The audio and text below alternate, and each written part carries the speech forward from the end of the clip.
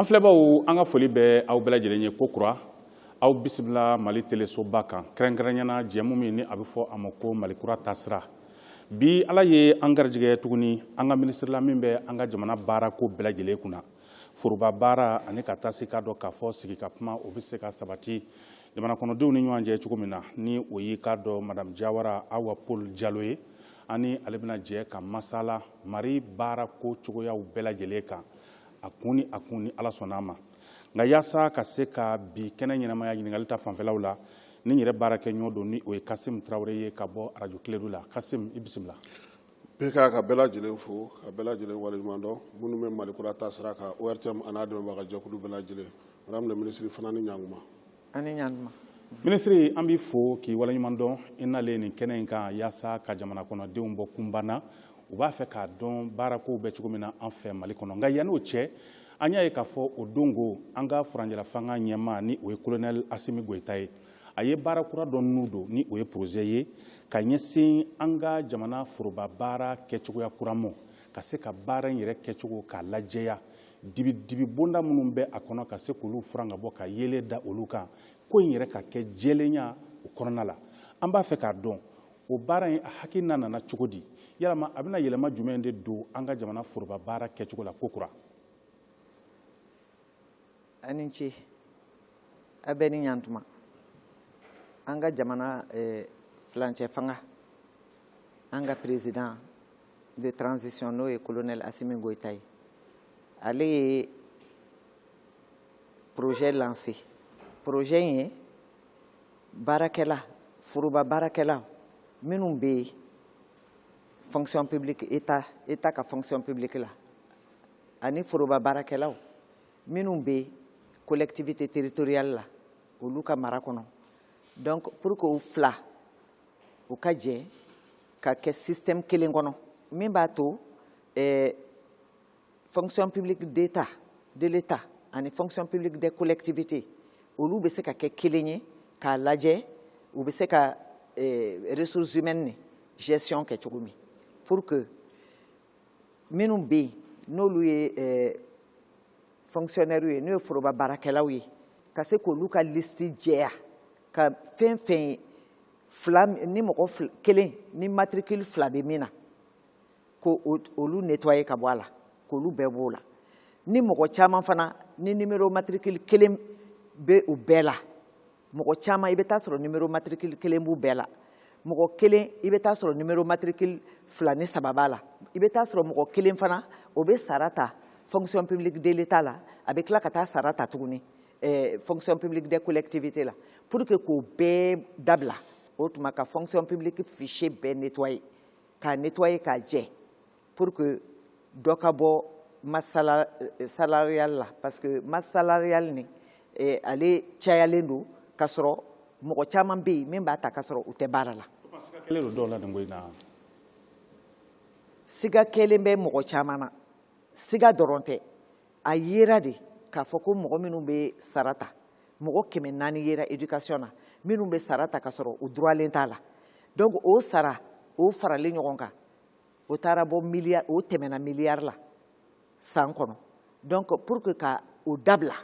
pour que an ka administration ka kɛ administration ye minnu bɛ usagerw lawasa c'est-à-dire u bɛ baara kɛ usagerw de ye donc a ka kɛ service ɲɛnamaw ye ka di usagerw ma. nin ko bɛna to senna fɔ waati jumɛn. nin ko bɛ to senna fo san wɛrɛ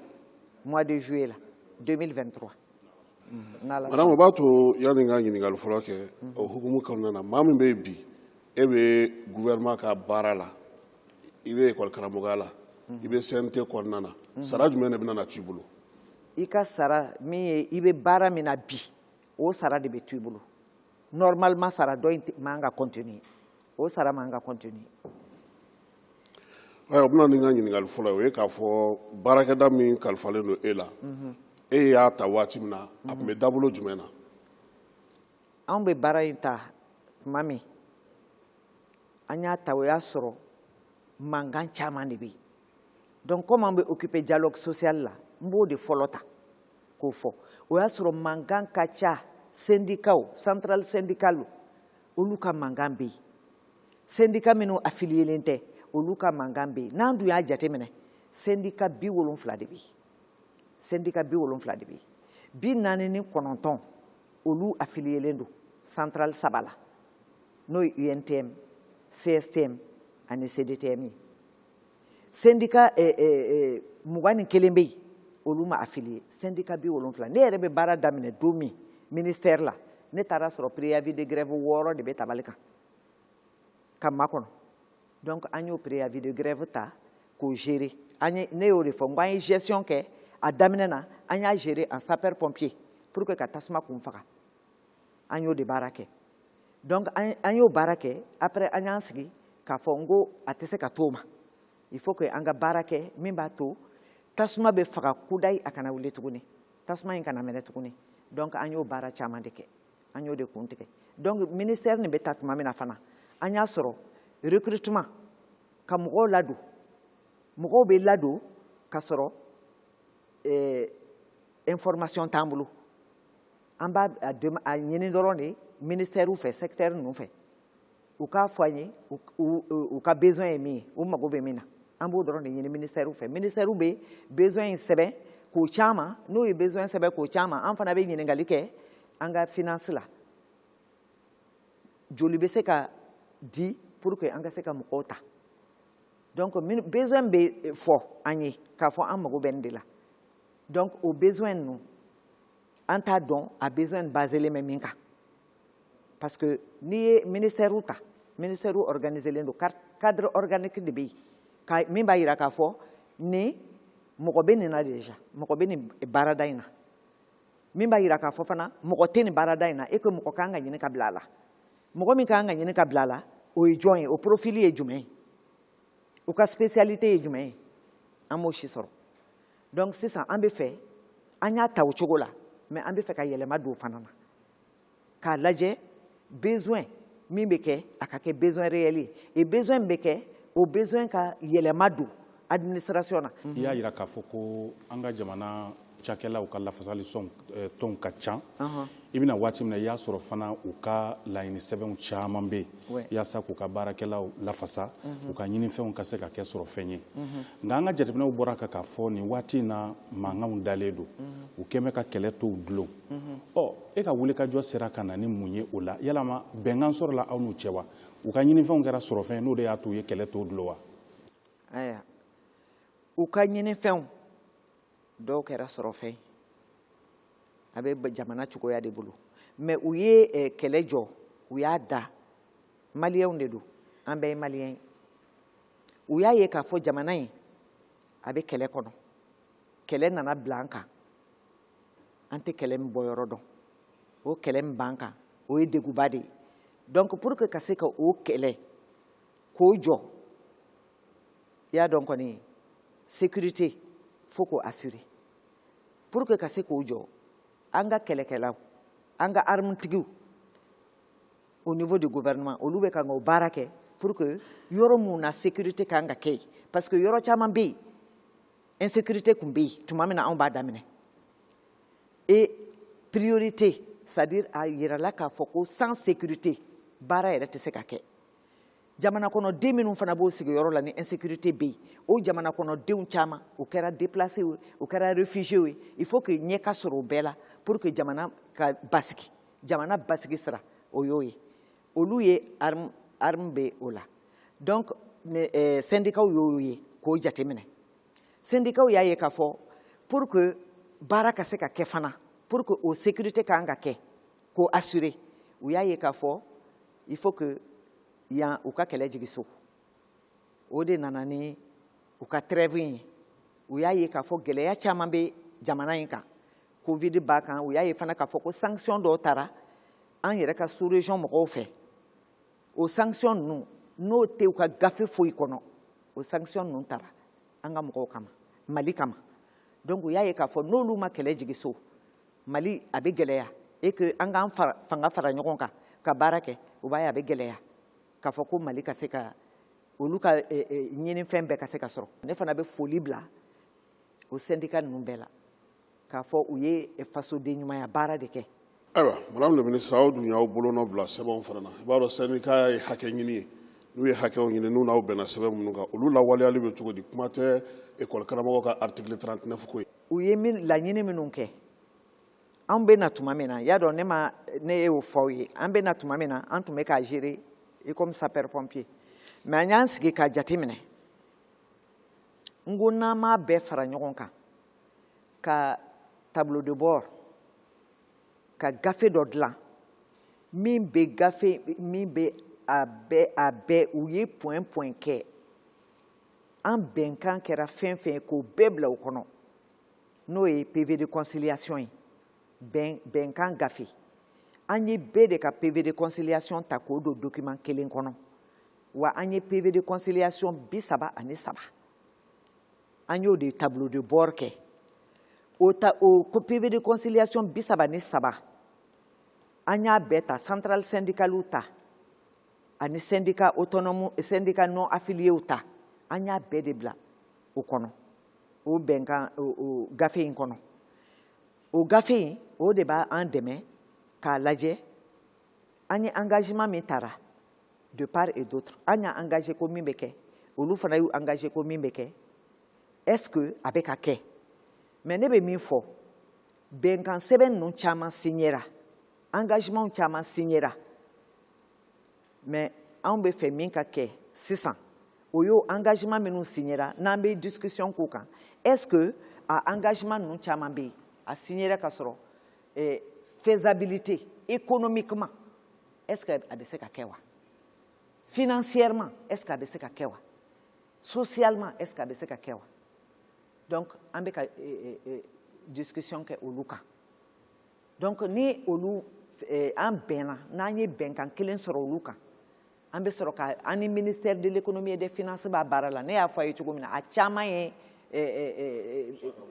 voilà a caman ye ka dɔ fara saraw kan a caman ye ka prime ni indemnitéw di a caman b'o de kan a caman ye an ka droit o kun ye min ye par exemple les compressés an ka droit ninnu o ma sara an ye a caman b'o kan donc an bɛ olu lajɛ ka an yɛrɛ n'u bɛ jɛn ka baara kɛ ka solution ɲini u la n bɛ min fɔ article 39 ko la i y'a dɔn grille de kɛra a bɛɛ tun bɛ min kan c'est pour que ka augmentation dɔ kɛ il faut que an k'o faamuya c'est pour que ka augmentation kɛ enseignants ye bon o augmentation ye n'o tun kɛra enseignants ye grille article 39 b'o de kan il y a eu une grille unifiée o grille unifiée transposition de kɛra bɛɛ transposera o grille unifiée kan donc au grille unifiée il y a un indice plancher et il y a un indice plafond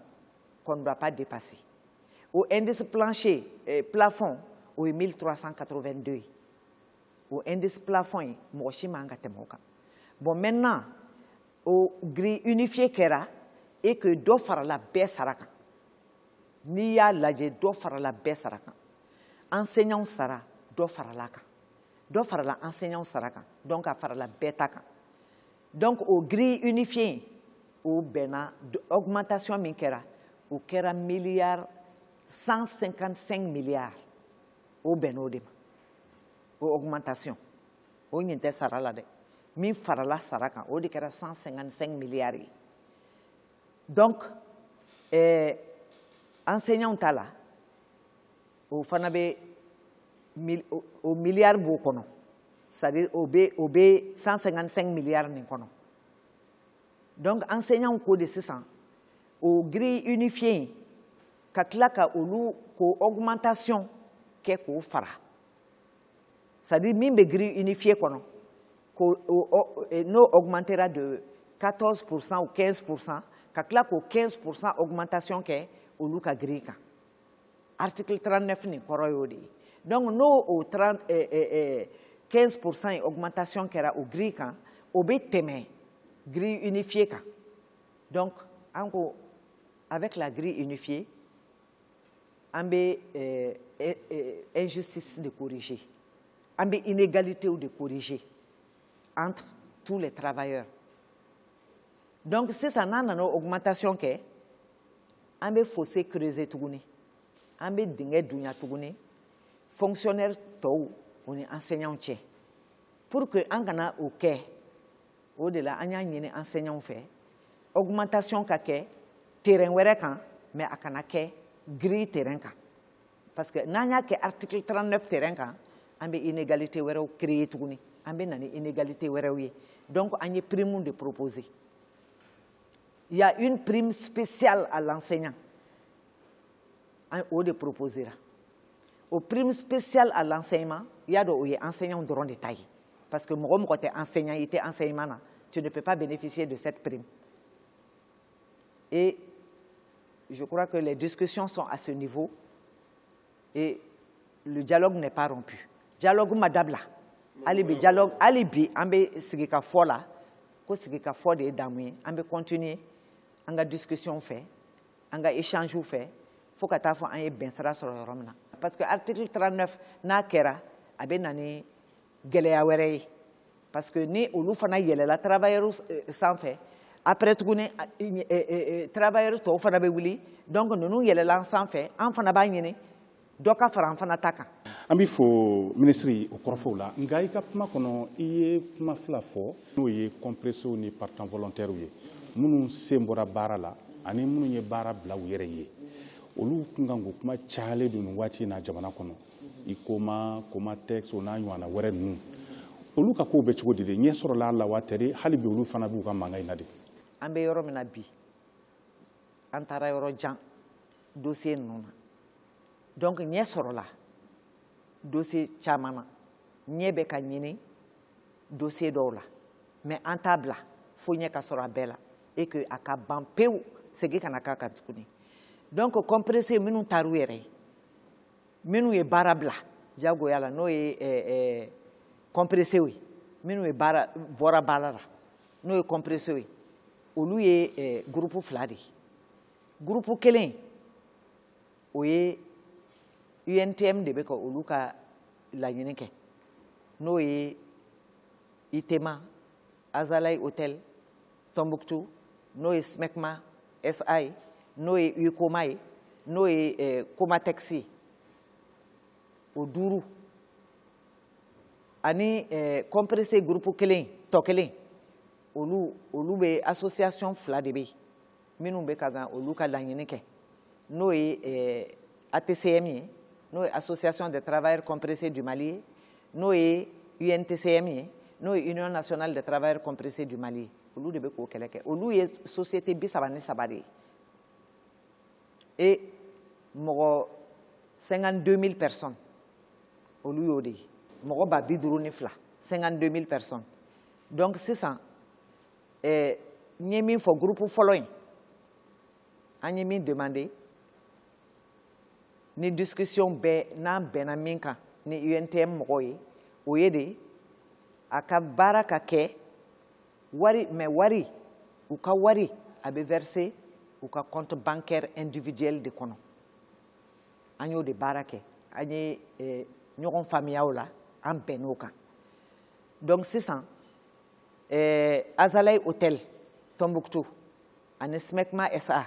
olu ka traitement banna pewu et olu bɛ commencer ka wari sɔrɔ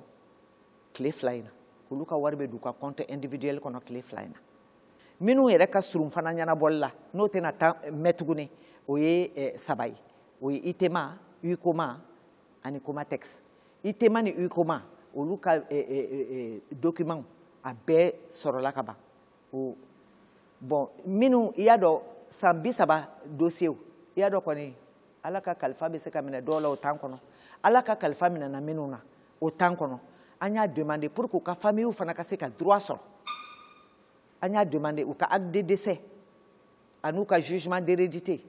u ka joint u ka dossier la pour que a ka se ka verser famille ma donc bɛɛ ta bɛ verser ka compte individuel kɔnɔ donc a tɔ ye Comatex de ye sisan an bɛ k'o ka baara kɛ donc maintenant les 2 associations les 33 sociétés d'État qui sont portées par les 2 associations aux 33 sociétés d'État ni y'a fɔ n ko ye mɔgɔ ba 52 ye o fana bɛnkan sɔrɔla o la olu ka wari min kan ka verser an bɛnn'o kan n'o ye 18 milliards ye an bɛnn'o kan o kan ka verser temps min kɔnɔ fana an bɛnn'o kan 2022, 2023 et 2024. Sans sabakono pour que au casse ka verser. Mais problème est mien. Oyede abe sara chugomina. No ka sara compte individuel kono ou bien ka sara compte ou ka notaire ou avocat ma bemako de kan folo. Ama bemako kan folo. Mais au korote ka foko kuma udabla la. Ali be kuma be ka continuer. Bon minu ye partant volontaire no na be wele ko programme d'ajustement structurel au fana il y a 2 USAID d'État no 87 en 1987 et 88 au de lambe ka foy ngo dossier nu kacha sambisa bay. Donc partant volontaire tokeli au Banque mondiale taille le programme d'ajustement structurel au 91 92 93 oui. Donc au dossier fana ambe kanga o Madame le ministre, il y a beaucoup de gens qui sont foyer. Si ka fo la jami be no oye forum social a kuma fora. Ani fere munu tigale no yasa basigi ni lafiya rebe na awni barakala no ngonche ko be chogodi. Sigi ka foyin ne ya foye chogomina ambe fe ka bo gestion des conflits là. C'est-à-dire ka fo ni ko kera kaba ka soro ka isigi ka fo ki be folike ni préavis de grève blalat mamina ka soro ki isigi ka fo ko ambe jama dalaje ka conciliation ke mini min ka angana sigi ka conciliation ke ka ben ka fo ke sisa ambe fe ka kumbeli ye jumɛn o ye prévention yani kɛlɛ ka na kɛlɛ ka boloda ka kɛlɛ daminɛ n'i ye kɛlɛ kunbɛn a tɛ kɛ o donc an b'o de an y'o de baara kɛ conférence sociale bɛna organiser o la mais yani conférence sociale ka organiser fɛn dɔw bɛ yen pour que ka conférence sociale organiser an y'o de baara kɛ n'o bɛ wele ko atelier préparatoire kɛra en 2021 atelier préparatoire kɛra en 2022 donc atelier préparatoire ne an ye conseil national de dialogue social an y'o de kɛ parce que o bɛ kɛlɛ kunbɛn parce que fɛn fɛn n'o bɛ na ni conflit ye fɛn fɛn n'olu bɛ conflit ni conflit bɛ se ka bɔ o yɔrɔ la par exemple n'a k'a fɔ an ma jɛn ni nin ye olu bɛɛ b'a kɔnɔ olu bɛɛ bɛ conseil national de dialogue social nin kɔnɔ. Ministre y'a dɔn an ka jamana foroba baara a tɛ sɔrɔ foyi ka tɛmɛsira dɔw fɛ n'o ye baara ɲini ɲɔgɔndanw ye an bɛ don min ko bi i cɛsirilen do i bɛ baara caman na yaasa ka se ka hali bi maaw wasa o la i bɛ se ka hakilisigi kuma jumɛn fɔ jamanadenw ye minnu bɛ baara ɲini ɲɔgɔndanw kɛ k'a fɔ ni ala sɔnna a ma baaraw bɛ sen na min bɛ se k'a to ni baara ɲini ɲɔgɔndan ninnu tɛmɛna jaabi minnu bɛ bɔ a la n'a bɛ se k'u wasa wa. I ni ce an b'o baara de la ne y'a fɔ n ko nin concours an y'a bila min kan o ye de kelenya ani jɛlenya c'est à dire bɛɛ ye kelen ye maliyɛn bɛɛ ye kelen ye maliyɛn bɛɛ bɛ égalité de chance la a bilala o bolo kan maliyɛn an y'a yira fana k'a fɔ a bɛ kɛ ni jɛlenya de ye la transparence avec jɛlenya kɔnɔ donc comme compétition de do concours ye compétition de ye n'i y'a ta k'a lajɛ course la ni course de vitesse bɛ yen ni minnu nana ɲɛfɛ olu de bɛ classer comme premier concours y'o de ye compétition de do donc minnu ye moyenne ba sɔrɔ classement de bɛ kɛ pour que olu ka poste ta jɛlenya kɔnɔ. Mais pour que ka jɛlenya ye sabati kabiri dossier bɛ bila yɔrɔ min na dossier de candidature critères de bɛ yen min b'a yira k'a fɔ i ka dossier bɛ se ka minɛ wala a tɛ se ka minɛ donc min fana u bɛ compétition kɛ min kan n'o ye sujet ye sujet ninnu an ye lettre de ci confidentiel ministère bɛɛ ma secteur fɛn fɛn b'a la an ye lettre de ci u bɛɛ ma o secteur ninnu bɛɛ kelen kelen k'a fɔ k'u bɛ sujet kelen bila ka na o tɛ dɛ. U bɛ sujet saba de bila ka na donc olu yɛrɛ t'a dɔn sujet kelen min bɛna ta sujet saba in na donc o sujet saba in o fana bɛ na sous pli confidentiel ka n'o di o bɛ bila ka na ministre yɛrɛ de ka bureau la donc a tɛ di mɔgɔ si ma ministre yɛrɛ min n'a bɛ na o ka bureau la o yɛrɛ t'a dayɛlɛ a bɛ garder de fo commission de choix des sujets o sous-commission yi directeur min yɛrɛ ye bɛ concours ko organisation bɛɛ sanfɛ o directeur de y'o chef ye o directeur kelen fana de bɛ sujet ninnu ta a bɛ enveloppe ninnu dayɛlɛ ne ministre ɲana ani n ye mɔgɔ 2 min fɛ mais ale kelen dɔrɔn de bɛ sujet ninnu dɔn ale kelen de bɛ sujet ninnu dayɛlɛ pour que an ka dɔn k'a fɔ ko effectivement sujet ninnu bɛ enveloppe kɔnɔ donc président de la transition ani le premier ministre ils ont tenu à ce que ça se passe dans la plus grande transparence et minimiser tout risque de fraude nin concours là donc risque k'a fɔ ko an bɛna gɛlɛya sɔrɔ fraude ko yɔrɔ la o bɛɛ éliminer na ka bɔ yen risque 0 de fraude an y'o de kɛ donc pour que ka o transporter a bɛɛ donna valise de kɔnɔ valisette nin na clé b'a la code b'a la sujet bɛɛ transporter o cogo de la et minnu y'an dɛmɛ fana k'a transporter donc clé min o bɛ surveillant bolo code in o bɛ di gouverneur ma donc surveillant bɛ se ni valise ye de n'a ma se ni valise ye gouverneur k'a ye a tɛ se k'a yɛlɛ donc a bɛ yɛlɛ fana bɛɛ ɲɛna a bɛ yɛlɛ de au niveau du centre même concours bɛ kɛ yɔrɔ min a tɛ yɛlɛ gouverneur la a tɛ yɛlɛ yɔrɔ si a bɛ yɛlɛ centre de la ye fitima kɛ sujet la parce que u ko de an y'o de disposition ta. Alors, madame le ministre, concours in kɔni bɛ kɛ jɔyɔrɔ de dɔ fɛ jɔyɔrɔ min b'a la o ye 880 ani 83 ye maa 60 ni kɔ olu y'u kan bɔ a nɔfɛ o man dɔgɔ ani jɔyɔrɔ ninnu bɛna di cogo di mɔgɔw ma minnu mana se sɔrɔ. concours ye ɲɔgɔn dan de ye minnu nombre de postes min bɛ yɔrɔ yɔrɔ c'est à dire min ka kan ka di an ka dɔ ta sisan ni place 40 ka kan ka di spécialité dɔ la mɔgɔ 40 fɔlɔ ɲɔgɔn dan na olu de bɛ ta. Ministre Diallo waati kɔni caman borokotora an na nka o t'a bali an ka ɲininkali labanw kɛ o bɛ tali kɛ baara kura jumɛnw de bolodalen don i fɛ nin waati ninnu kɔnɔ minnu ni san tɛmɛnɛw ta tɛ kelen ye an ka sɔrɔ ka masala in datugu. an ye minnu kɛ n'o ni san tɔw ta tɛ kelen ye an ye aw yɛrɛ y'a ye adoptera conseil des ministres la a tilala ka adopter a tilala ka voter CNT la n'o ye ka san 3 fara minnu kan ka concours kɛ olu si kan an bɛ fɛ ka min kɛ fana k'a lajɛ baarakɛda minnu ni mɔgɔ t'a la et que mɔgɔ kan ka k'a la k'a ye a lajɛ fana les besoins nouveaux c'est-à-dire fɛn dɔw environnement actuel o b'a jira k'a fɔ ko nin poste in kan ka créer a tɛ yen fɔlɔ a kan ka créer poste min bɛ yen ni mɔgɔ t'a la n'o bɛ yen déjà poste kura minnu kan ka créer ka da ministère yɛrɛ ka résultats bolo kan c'est-à-dire u kan ka baara min kɛ ka se ka jamana lataa ɲɛ o bolo kan o poste ninnu o baara ma kɛ mais an bɛ fɛ k'o kɛ an bɛ na tuma min na ne y'o de fɔ an t'a dɔn mɔgɔ dama min bɛ taa retraite la mais an y'o jate minɛ k'o statistiques fana kɛ retraite la par exemple en fin 2022 a yera k'a fɔ 662 personnes olu bɛ taa retraite la donc olu bɛɛ kan ka remplacer donc an b'a dɔn fana an bɛ yɔrɔ min na bi k'a ta juin 2021 fo ka taa se bi la minnu ye démission rendu n'o poste kan ka kɛ minnu ni ala ka weleli sera minnu ma an b'o bɛɛ dɔn bi donc fɛn fɛn bɛ k'a ta juin 2021 fo ka taa se bi la données statistiques an y'a bɛɛ ta an y'a bɛɛ kɛ an y'a bɛɛ point kɛ kabiri ne nana ne bɛ ka décision caman signé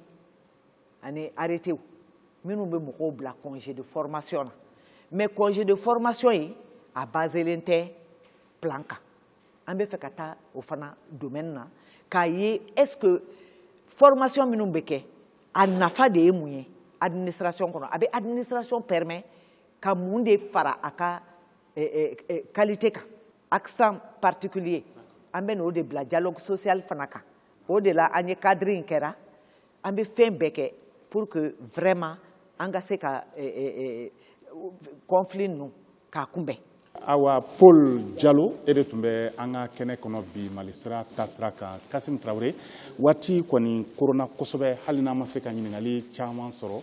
an da bɛnna minnu ma ka olu kɛ ka lase i ma i ye walawalali minnu fana kɛ a diyara n ye a bɛnn'a ma an b'i fo i ka o pereperelatigɛw la an bɛ bɛɛ fo ka waleɲuman dɔn ka dugawu kɛ jamana ye yarabi a bɛ yɛlɛma sira min kan ala k'a sabati ala k'an ta fanga di an ka faamaw ma kira kanu kama sɔli ala rasuli a k'an bɛn insha Allah waati wɛrɛw la